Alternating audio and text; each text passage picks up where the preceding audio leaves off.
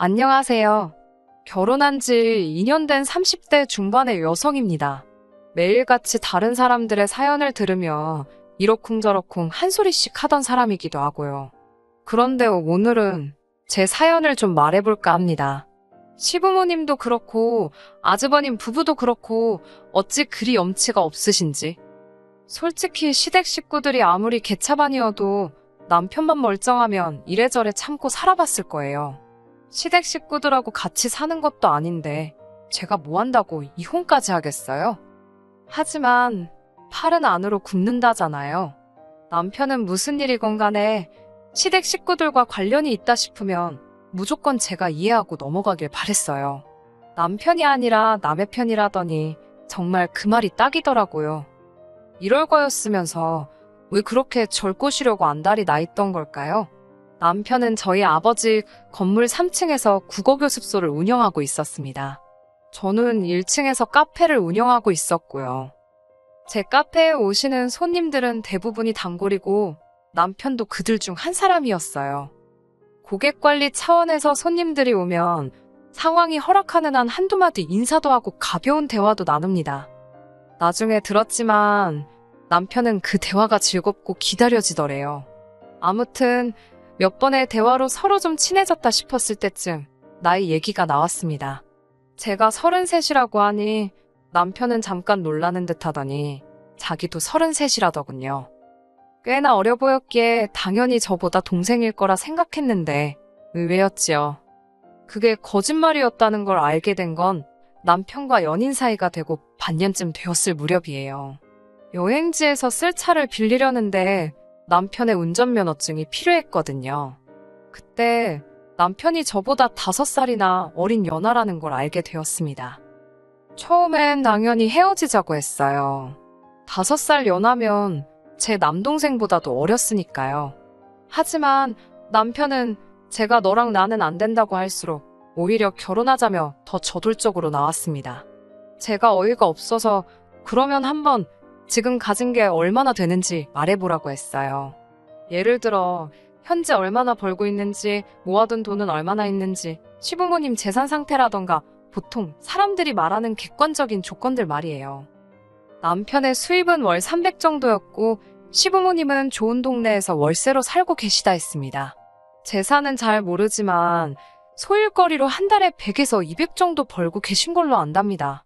위로 결혼한 형이 있는데 평범한 회사원이라고요. 남편이 모아둔 돈은 3천 정도였는데 그 부분에 대해서는 솔직히 기대가 없었으니 실망도 없었다고 표현하는 게 적절하겠네요. 저보다 5살이나 어린데다가 군대 갔다 오고 어쩌고 이런 거 저런 거 생각하면 오히려 3천을 모았다는 게 기특해 보일 지경이었으니까요. 어떻게든 저한테 잘 보이려고 용을 쓰는 그 모습이 기특하기도 했고 나이를 알기 전부터 이미 만나오면서 사랑하는 마음도 쌓여 있었으니 결국 헤어지지 못했습니다. 오히려 상황을 해결하겠다며 남편이 보여준 추진력과 성실함에 더 확신을 갖게 된 것도 같아요. 돈이야 물론 있으면 좋았겠지만 없다는데 그걸 뭐라고 할 수도 없고 아직 갈 길이 구말리니까 둘이 같이 벌면 된다고 생각했어요. 이런 말 뭐하지만 저도 벌 만큼은 벌고 있었고 친정도 여유가 있었으니까 돈 문제에 있어서는 크게 예민하지 않았네요. 그렇게 저희는 2년의 연애 끝에 부부의 연을 맺게 되었습니다.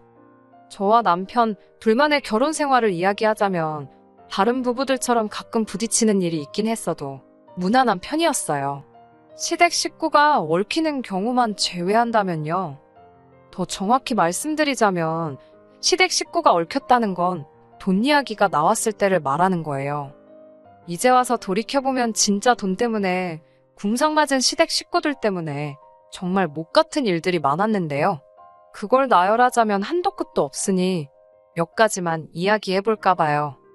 결혼 초에 있었던 일입니다. 앞서 말씀드렸다시피 저도 남편도 저희 아버지 건물에서 사업을 하고 있었잖아요.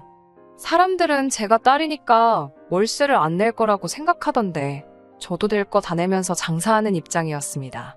아버지께선 설령 그 돈을 다시 저에게 용돈으로 줄 때 주더라도 일단 받을 건 받아야 한다며 돈 거래는 깨끗이 하는 게 좋다고 하시는 분이시거든요. 그런데 정말 결혼하고 한 두세 달쯤 됐을 무렵이었어요. 아버지께서 저에게 왜 강서방은 월세를 입금을 안 하냐고, 강서방 사업이 잘 안 되냐고 물어보셨어요. 학생 수도 늘고 있었고 옆에 빈 사무실로 교습소를 확장하네만 하는 상황이었는데 그런 소리를 들으니 당황스럽더군요. 제가 아버지께 그럴 리가 없다고 한번 확인해보겠다 했습니다. 아버지께서는 혹시나 말 못할 사정이 있을지도 모르니 조심해서 물어보라 하셨어요. 괜히 남편 자존심 건들지 말라고요. 아무래도 딸에 비해 한참 어린 사위라서 그런지 저희 부모님께서는 행여 남편 입장에서 장인장모가 자기가 어리다고 무시한다고 오해라도 할까봐 걱정을 많이 하셨어요. 그래서 말 한마디라도 늘 조심해 주셨고 배려해 주셨습니다. 밀린 월세에 대한 남편으로부터 돌아온 대답은 황당했습니다. 장인어른 건물인데 사위가 월세를 왜 내냐입니다. 제가 황당해서 친정부모님은 건물에서 나오는 월세로 생활비도 하시고 노후 준비도 하신다. 다 친정부모님 재산인데 그걸 당신이 왜 마음대로 낼지 말지를 정하냐니까. 이제 한 가족인데 그런 걸 다 따지시냐며 자기는 생각도 못했답니다. 그러더니 월세는 내겠다면서 대신 확장은 못하겠다며 한숨을 푹푹 쉬더라고요. 이제 보니까 비어있던 사무실도 공짜로 쓸 셈이었던 거지요. 어찌나 괘씸하던지 확장을 할 거면 아버지랑 정식으로 계약서 다시 쓰고 하고 그럴 능력 안 되면 깔끔하게 포기하라고 딱 잘라 말했습니다. 결국 남편은 일주일에 걸쳐 밀린 월세를 다 냈고 확장은 안 하더라고요. 어이가 없어서. 게다가 형제라서 그런지 어쩜 그렇게 똑같이 염치가 없던지요. 저희가 결혼한 지 1년이 좀 넘었을 때 있었던 일입니다. 저희 친정부모님은 두 분이서 그렇게 자주 여행을 다니세요. 자식도 필요 없고 두 분이서 가시는 게 가장 편하시다면서요. 심지어 저나 동생이 좀 껴달라고 사정을 해도 너넨 너네 친구들이랑 다니라며 싫다 하시는 분들입니다. 그리고 언젠가 그런 저희 부모님을 보고 남편이 너무 부러워하더라고요. 그래서 제가 어머님 아버님 결혼기념일을 맞이해 큰맘 먹고 제주도행 비행기 티켓하고 호텔을 예약해드렸습니다. 그런데 두 분께서 저희더러 같이 가자고 하시더군요. 노인네 둘이 가서 무슨 재미가 있냐면서요. 좋아하시면서도 걱정하시는 모습을 보니 차마 싫다 소리는 못하겠더라고요. 결국 저희 티켓하고 호텔도 추가로 사기로 했습니다. 그때 남편이 갑자기 생각났다는 듯이 한번 아주버님과 형님에게도 갈 생각이 있는지 물어보자더군요. 아주버님께 전화를 걸었습니다. 상황 설명을 하고는 어떻게 하시겠냐 물으니 그럼 이참에 당신들도 애들 데리고 같이 가고 싶다 하시더군요. 저는 그럼 제 계좌로 추가 금액을 보내달라 했습니다. 제가 한 번에 카드로 긁겠다고요. 그러자 아주버님께서는 잠깐 말이 없으시더니 어머님 아버님 티켓은 누가 사냐고 물어보시더군요. 순간 아주버님이 보태시려고 그러시나 싶어서 제가 사는 건데 부담 갖지 마시라 했습니다. 아주버님네보다는 저희 쪽이 형편이 낫기도 했고 처음부터 제가 해드릴 생각으로 벌인 일이니 부담 주고 싶지 않았거든요. 그런데 아주버님 입에서 나온 말은 전혀 뜻밖이었습니다. 기왕 제가 쏘기로 한 거 기분 좋게 다 쏘랍니다. 누구 건 내주고 누구 건 안 내주고 좀 치사한 것 같다면서요. 황당해서 저한테 지금 아주버님 내 비행기하고 호텔을 전부 다 내달라는 거냐고 되물으니 자기네 사정에 100만 원은 지금 좀 무리랍니다. 그래서 못 가시면 아쉽지만 어쩔 수 없지 않냐고 다음에 같이 가자고 했어요. 잠깐 말이 없던 아주버님이 남편을 바꾸라고 하더군요. 저도 더는 상대하기가 싫어서 그대로 남편에게 전화를 넘겼습니다. 전화기를 들고 있던 남편의 표정이 점점 똥 씹은 표정으로 바뀌더라고요. 그때 전 남편도 저와 똑같은 마음일 거라고 생각했어요. 그래서 저렇게 기분이 나쁜 거라고 아주버님이 정말 뻔뻔하고 염치가 없어서요. 하지만 전화를 끊고 남편은 오히려 저에게 화를 내기 시작했습니다. 형네 사정 뻔히 알면서 돈 100만 원 가지고 왜 그렇게 치사하게 구냐고요. 우린 100만 원 없어도 안 죽지만 저쪽 집은 죽는답니다. 제가 죽긴 뭘 죽냐고. 그리고 그 정도로 없으면 안 가는 게 맞지. 내줘도 내가 내주고 싶으면 내주는 거고 안 내준다고 욕하는 거 보니까 안 내준다고 말하길 잘했다 싶다고 저도 받아쳤습니다. 그러자 남편이 한다는 소리가 아주버님 볼 면목이 없어서 자긴 제주도 안 간다더군요. 저더러 혼자 시부모님 모시고 다녀오라면서요. 그래서 제가 됐다고 그럼 어머님 아버님 두 분이서 가시게 하던가 당신이 혼자 모시고 가라고 나는 그렇게는 안 간다고 했습니다. 이건 뭐 돈은 돈대로 쓰고 욕은 욕대로 먹고 기분 더럽다고요. 그러자 남편은 끝까지 한다는 소리가 그럼 제 티켓 사려던 돈은 현찰로 달랍니다. 가서 경비로 쓴다나요. 너무 화가 나서 진짜 구질구질하다고 제가 소리를 빽 질렀어요. 그제서야 남편도 쫄았는지 정신이 들었는지 그만 떠들고 찌그러지더군요. 며칠 동안 아무리 생각해봐도 이렇게 뻔뻔할 수가 있나 어이가 없더라고요.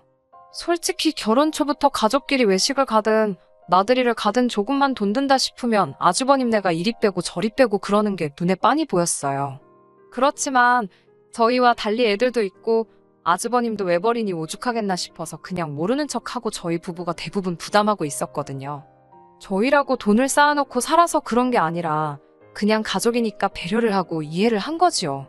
그런데 언젠가부터 아주버님은 저희의 호의를 너무 당연하게 생각하셨나 봅니다. 정말 호의가 계속되면 호구가 된다더니 제가 딱 그 꼴나게 생겼더군요. 결국 제주도 사건 이후로 아주버님네와 정확히 반반씩 부담하기 시작했습니다. 그나마도 처음엔 제가 내고 계좌로 보내달라 하니까 몇 날 며칠 말로만 보내준다 해놓고 안 보내고 질질 끌길래 요새는 아예 카운터에서 나눠서 긁어달라고 하는 수준에 이르렀지요. 하지만 이런 이유로 이혼을 결심한 건 아닙니다. 정말 결정적인 사건은 따로 있었어요. 얼마 전에 있었던 일입니다. 평범한 주말이었는데 아버님께서 같이 삼겹살이나 구워 먹자며 저희 부부를 오라 하셨습니다.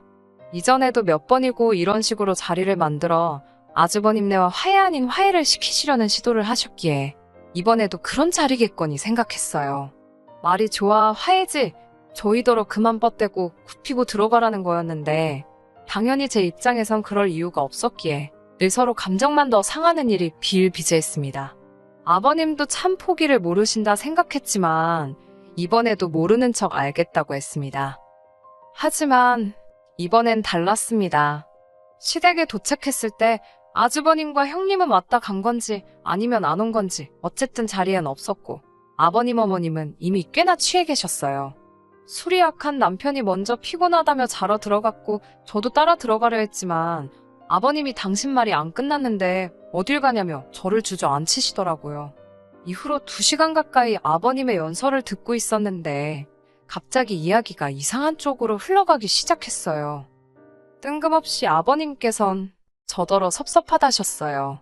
완전 비꼬시는 말투로 너는 친정도 잘 살고 너도 돈 잘 벌고 좋겠다고 그렇게 너만 잘 먹고 잘 살면 좋냐고요. 이건 뭐 쌍시엄만 없었지 거의 면전에 욕하시는 것 같더라고요. 그러더니 저더러 너네 친정부모는 집도 2개라 좋겠답니다. 당신들은 월세 내는 것도 빠듯하다면서 저희 친정부모님이 남한테 그걸 전세 줄 게 아니라 당신들 좀 살게 해주면 얼마나 좋겠냐고요.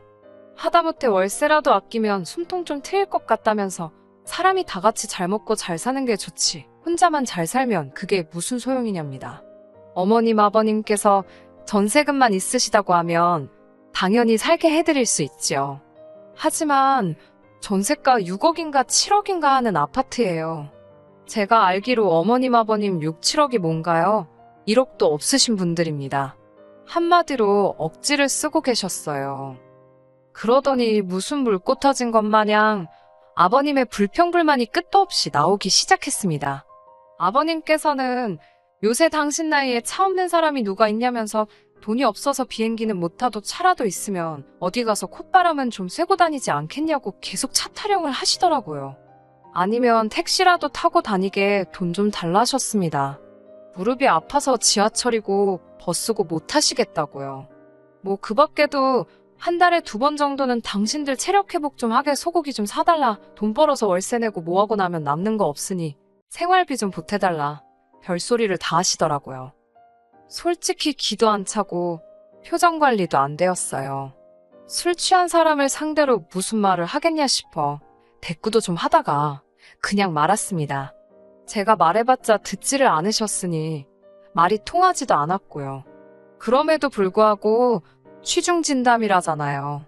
속으로 저런 욕심을 내고 계셨다니 갑갑하더라고요. 이튿날 아침 일찍 자는 남편은 내버려두고 저 혼자 집에 왔습니다. 이런 결혼을 뭐하러 했나 하는 생각에 감정이 격해져 화도 나고 속도 상하더라고요.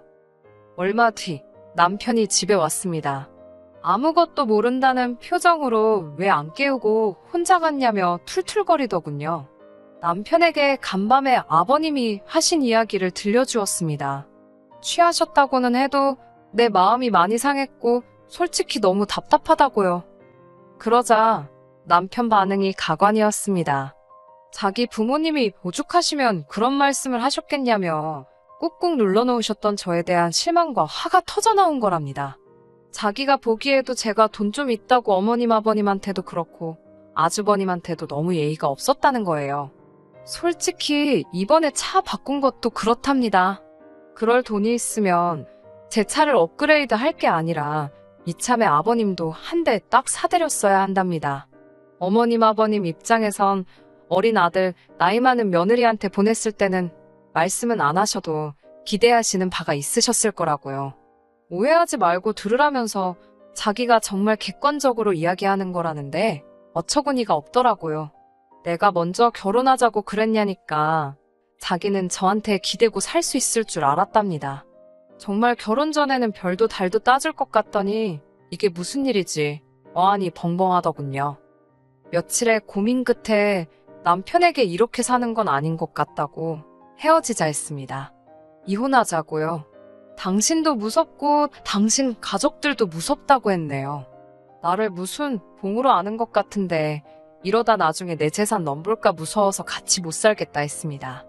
자꾸 나더러 돈 많다고 하는데 맞다고 나 정말 돈이 많아서 너 같은 그지 새끼랑은 못 살겠다 했네요. 적선도 한두 번이지 이러다 지갑 내놓으라 할까봐 무서워서 한 집에 못 있겠다고요. 친정부모님이 부부간의 말 함부로 하지 말라고 상처된다고 못 주워 담는다고 항상 말 조심하라 가르치셨는데 막말로 말조심이고 나발이고 말이 칼날이라면 남편 가슴을 갈기갈기 찢어놓고 싶은 심정이었습니다. 남편은 이혼해봤자 제 재산의 반이 자기 거라며 자기는 손해볼 거 없다는 멍청한 소리를 떠들어대더군요. 제가 나이도 어린 게 까불고 있다면서 세상 일이 그렇게 네 생각대로 굴러가질 않는다고 어디 좋은 변호사 한번 찾아보라 했습니다. 저희는 그렇게 결국 남남이 되었습니다. 이혼의 문턱까지 가서야 남편은 저에게 정말 잘못했다고 거의 싹싹 빌다시피 사과를 해왔어요. 평생 제 말 잘 듣고 살겠다면서 한 번만 봐달라고요. 원하면 시댁 식구들 그 누구와도 연락하지 않을 자신도 있다 했습니다. 당연히 믿지 않았지요. 남편을 포함한 모든 시댁 식구들을 차단했고 조금이라도 관련 있는 사람들에겐 남편의 거지근성 때문에 이혼했다 했습니다. 사람들이 어떻게 받아들일지 행여 남편 귀에 들어가면 찾아오진 않을지 걱정이 안 된 건 아니지만 또 거짓말도 아니니까 굳이 성격 차이내 모네 말 같지도 않은 변명은 하기 싫었거든요. 비록 이혼녀 딱지를 달게 되었지만 인생 공부 한번 3개 했다 생각하고 털어버려야겠지요. 아, 그리고 지난달에 남편 사무실 계약 기간이 끝났거든요. 친정아버지께서 공실로 놀리는 한이 있어도 너한테는 안 내준다며 계약 연장 안 받아주셨습니다. 남편은 아무리 그래도 남의 밥줄 가지고 이러는 게 어딨냐고 치사하다고 생난리를 쳤지만 이제 남남인데 알게 뭐래요. 밥줄이 이어지든 끊어지든 걔가 물어가든 제 할 바는 아니잖아요. 이참에 남편이 정신 차리고 철 좀 들면 좋겠네요. 인생은 실전이라는 것도 좀 배우고요. 끝까지 들어주셔서 감사합니다. 오늘의 사연은 여기까지입니다. 구독과 좋아요, 알람 설정 부탁드리고 더 좋은 사연으로 다시 찾아뵙겠습니다. 감사합니다.